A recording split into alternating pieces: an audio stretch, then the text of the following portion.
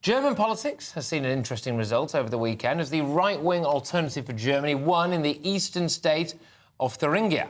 Yes, the AfD won almost a third of the vote, putting them 9 points ahead of the Conservative CDU and far in front of Germany's three governing parties. It is a result that is quite the blow for German Chancellor Olaf Scholz, who labelled it as bitter. I wonder if that's the direct translation there. However, it has little hope of forming a government in Thuringia because other parties are unlikely to work with the AfD. Classic, isn't it, this? Well, look, I'm joined now by senior researcher at Legatum Institute, Guy Dampier. Guy, great to have you on the show. Thank you very, very much.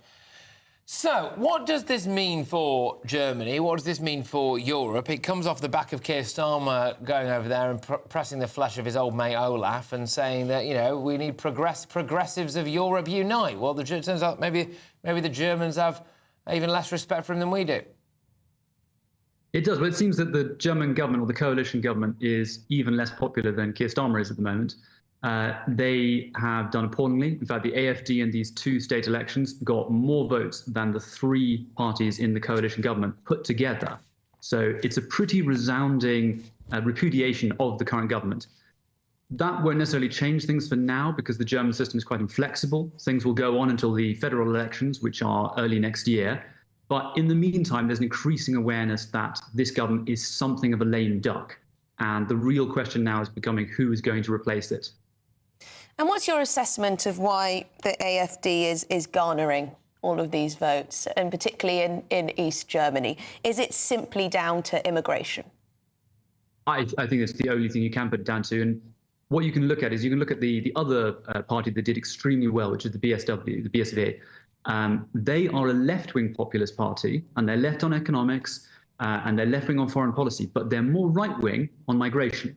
And they also did staggeringly well. They launched just recently, and they went straight into double-digit votes. So that shows that whether on the left or on the right, there is a massive, massive appetite among the German public for restrictions on immigration. And that's a completely reasonable thing because the German government has put immigration on steroids, and the country simply cannot deal with the load it's being put under. Yeah, indeed. And I just wonder whether or not we are at serious risk, if it's not already here, by the way, of this unbelievable level of disconnect between the people who are actually in positions of power and the people that they are supposed to serve. Whether it comes down to ignoring votes, which is what they will try and do with this by just shoving the AfD out because they'll refuse to work with them, whether it's the language that's used by Keir Starmer, not addressing legal or illegal immigration, calling it irregular migration, refusing to accept that people have legitimate concerns about it. Actually, if you did really seriously want to guard against the rise of the far right, you know, ignoring people's concerns about immigration is probably the worst way to go about it, isn't it? Definitely. You can make a very reasonable case that there are extreme elements to the AfD, but at the end of the day, the German people want a restriction on migration, and it is actually the governing class that's refusing to do it. And in that case, it's the government that's extremist. They are out of touch with the democratic will, and they are imposing something that Germans have never voted for and which the country cannot handle.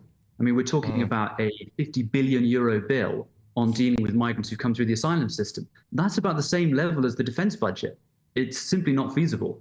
So they're spending the same amount on defence as they are now on asylum?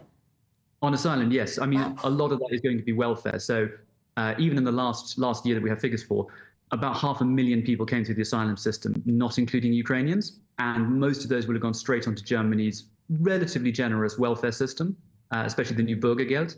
And that, again, the Germans so basically can't. You can see how people in poorer parts of East Germany would be particularly worried about this. Even wealthy people paying loads. But that's where they're gaining the more the votes. Guy Dampier, thank you very much, senior researcher at Legatum Institute. Thank you very much.